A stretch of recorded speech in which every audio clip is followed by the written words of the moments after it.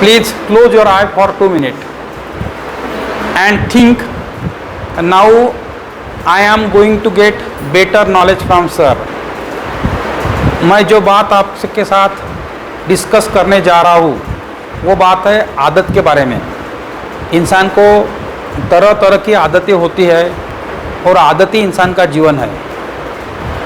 जिसको जो लत लगती है वही उसका जीवन बनता है। तो जीवन कुछ भी नहीं है, life is nothing but the debris of habit. तो उस हैबिट के बारे में अब मैं आपके सामने चर्चा करने जा रहा हूँ।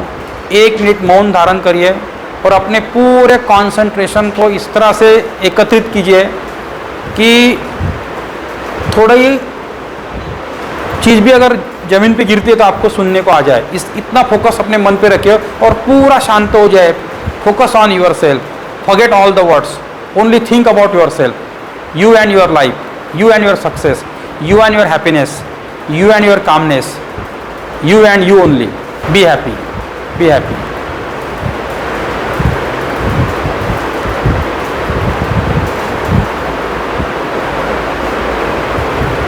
अब धीरे धीरे अपनी आंखें खोलिए, धीरे धीरे। Open your eyes slowly and slowly. ठीक है, now you move your hand just like this.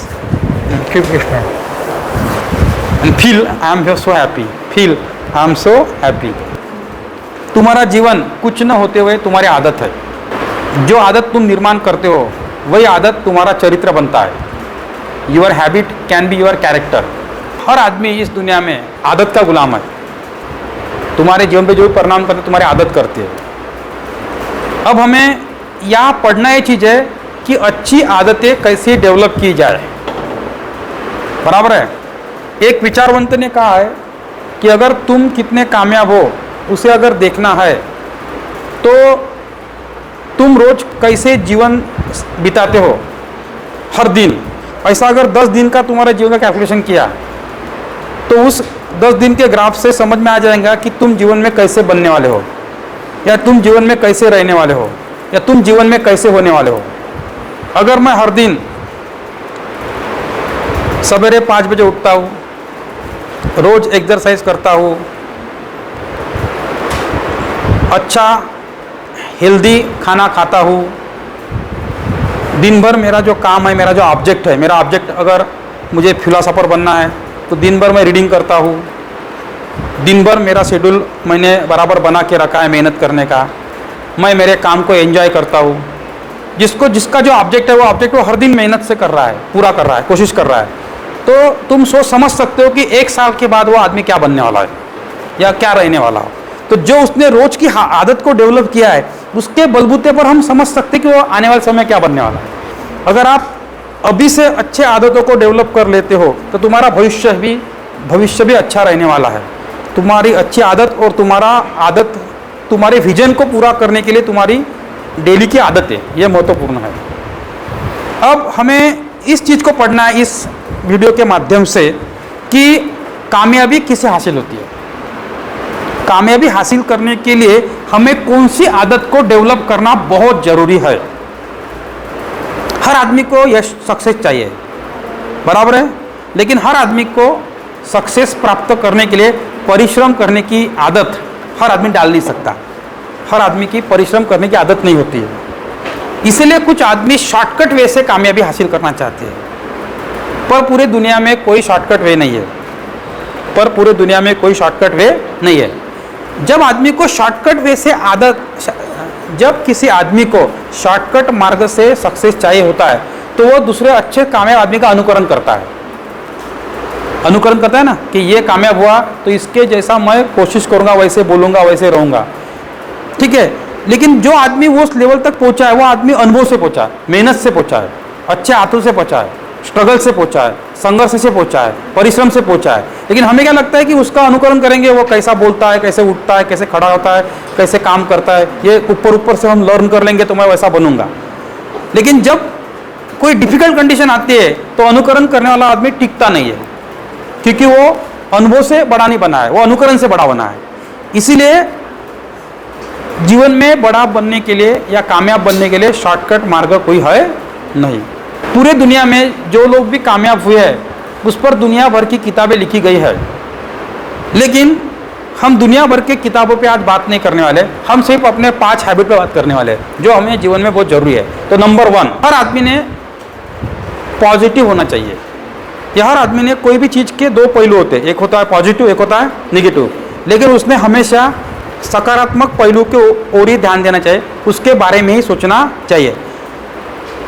जब तुम पॉजिटिव होते हो तो तुम उस काम को अवॉइड नहीं करते हो, टालते नहीं हो, क्योंकि उस काम की पॉजिटिव बाजू को आपने देखा है, बराबर है।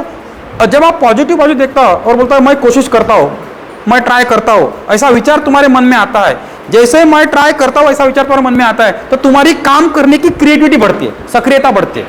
तो जैसे तुम्हारी सक्रियता बढ़ती है तो एक बात और होती है कि तुम्हारी इफिशिएंसी बढ़ती है, तुम्हारी कार्यक्षमता बढ़ती है, कैपेसिटी बढ़ गई, इफिशिएंसी बढ़ गई।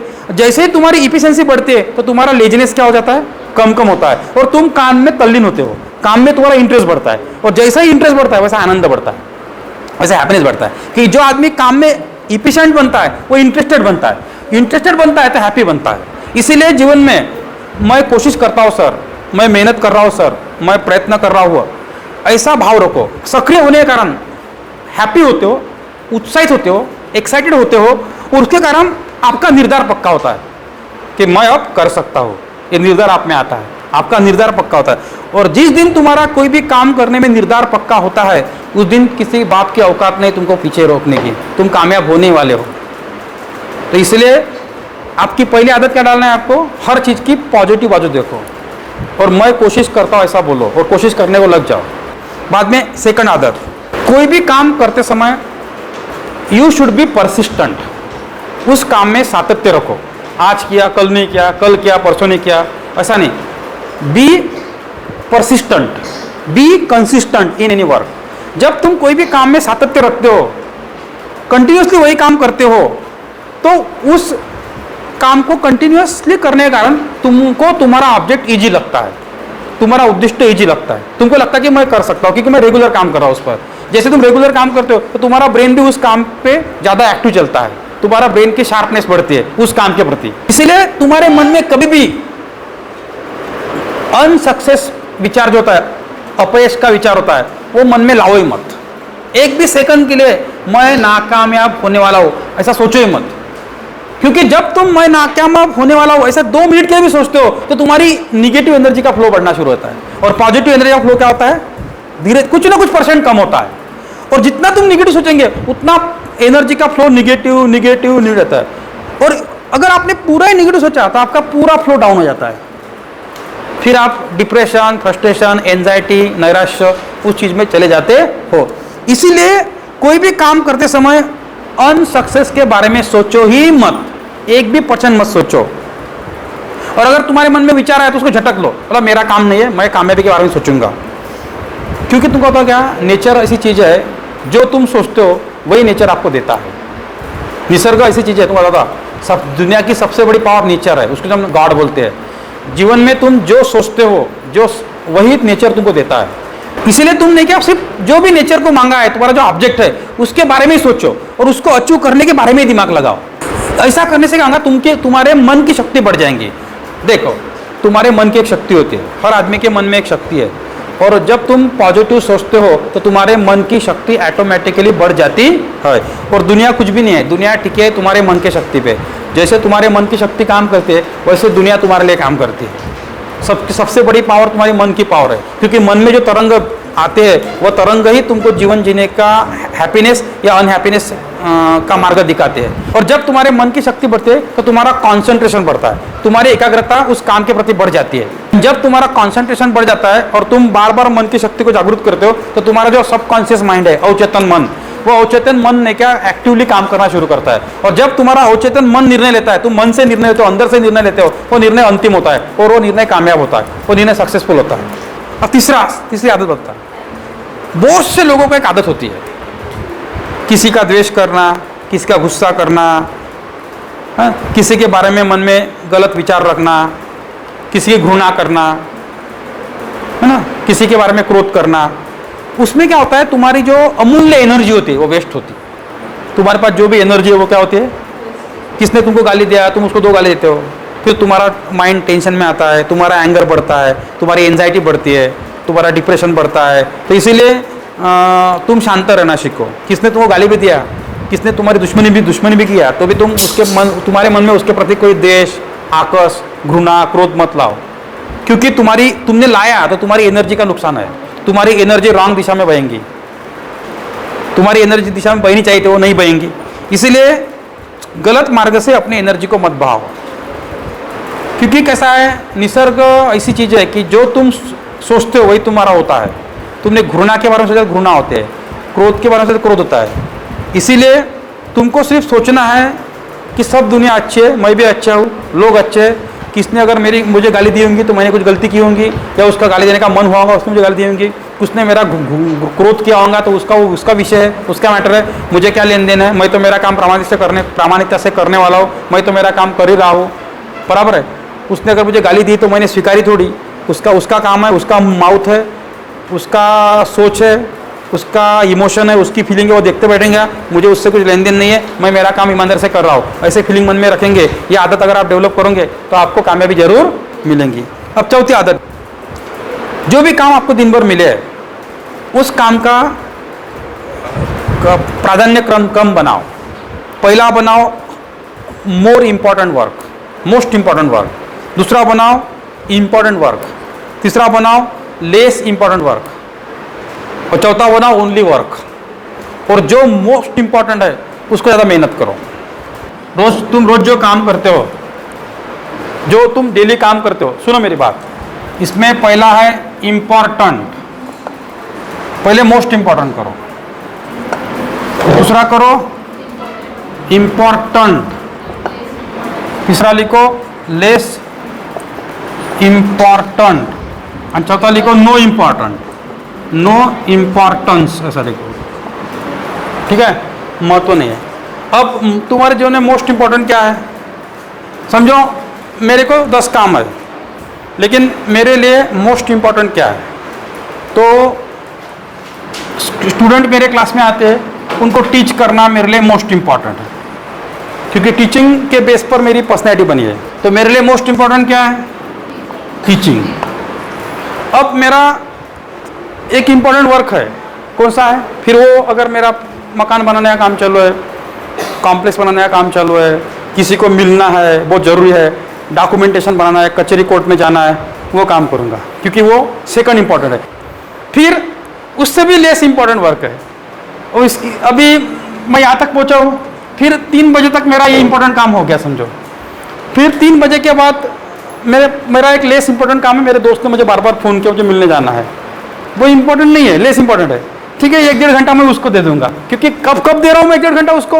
जब मेरा पहले मैंने मोस्ट इम्पोर्टेंट वर्क किया, बाद में मैंने इम्पोर्टेंट वर्क किया, और बाद में मुझे समय खाली मिला, तब मैं ये काम करूँगा। और चौथा काम मुझे लगता है कोई काम का नहीं, ठीक है, समय मिलेगा, बोर लगेगा तो ये काम करूँगा, टीवी देखना, टाइम पास बातें करना, चाय पीने जाना, किसी के बर्थडे है, हज़ारों बर्थडे रोज के आते हैं, जरूरी है, तो वो लगा तो करूँगा शाम को, ये मेरी आदत होगी समझो।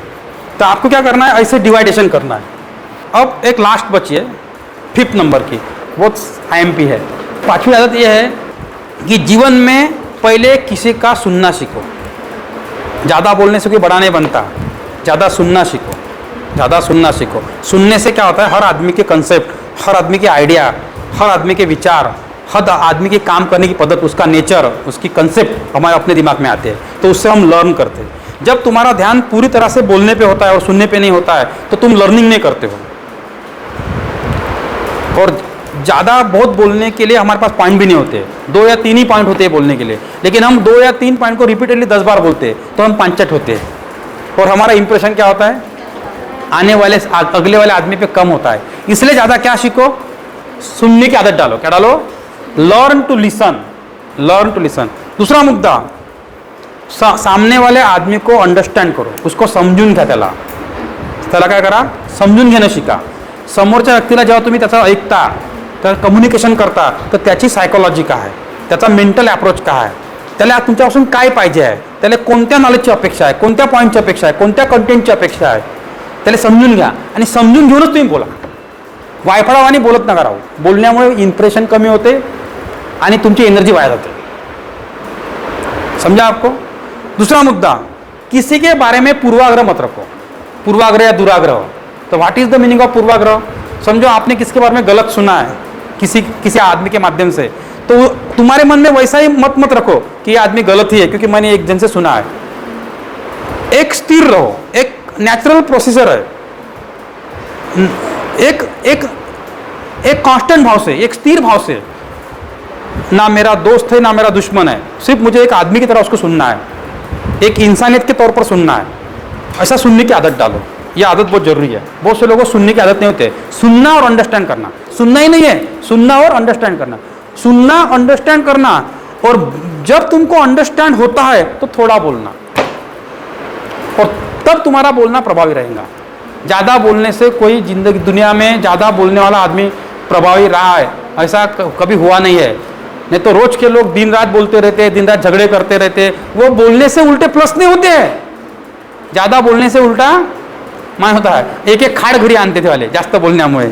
झगडे घरी आणते, वाद घरी आणते, प्रॉब्लेम घरी आणते, फक्त जिभेमुळे. निसर्गाने सुद्धा नाही का, नेचर ने भी आपको नहीं क्या सुनने के लिए 2 कान दिए और बोलने के लिए एक ही माउथ दिया है. क्यों दिया है मालूम है?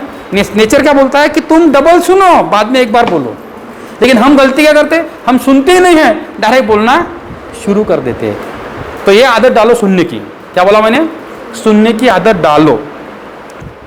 और जब तुम नहीं क्या ज़्यादा सुनते हो और जब तुम अपने ऑब्जेक्ट के प्रति ऑनेस्ट होते हो ना, तुम धीरे धीरे बड़ा आदमी बनना शुरू करते हो. क्योंकि छोटी छोटी चीज़ें आदमी को बड़ा बनाती है. जरूरी नहीं कि तुमको जिंदगी में बहुत बड़ा काम करना है. छोटी छोटी चीज़ें ने क्या आदमी को बड़ा बनाती है. छोटी छोटी चीज़ें.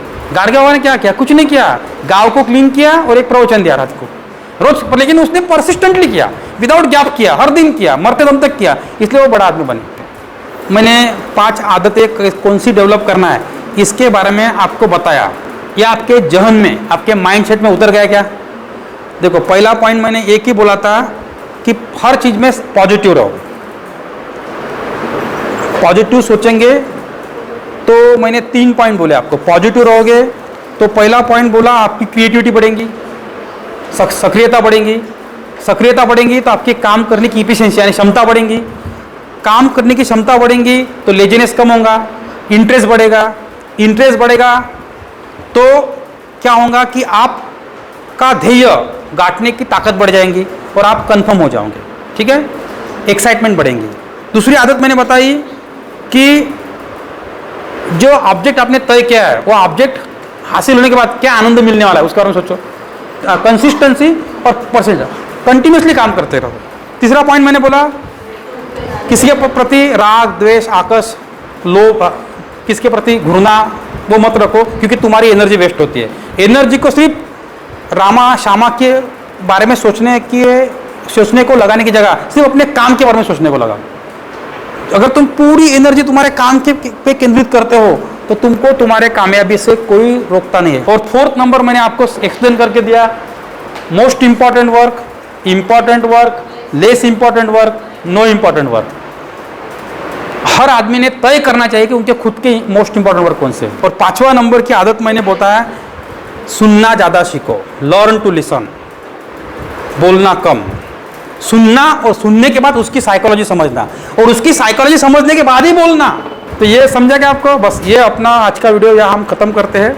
तो मेरी बात ईमानदारी से और कॉन्सेंट्रेट करके सुनने के लिए सबको धन्यवाद.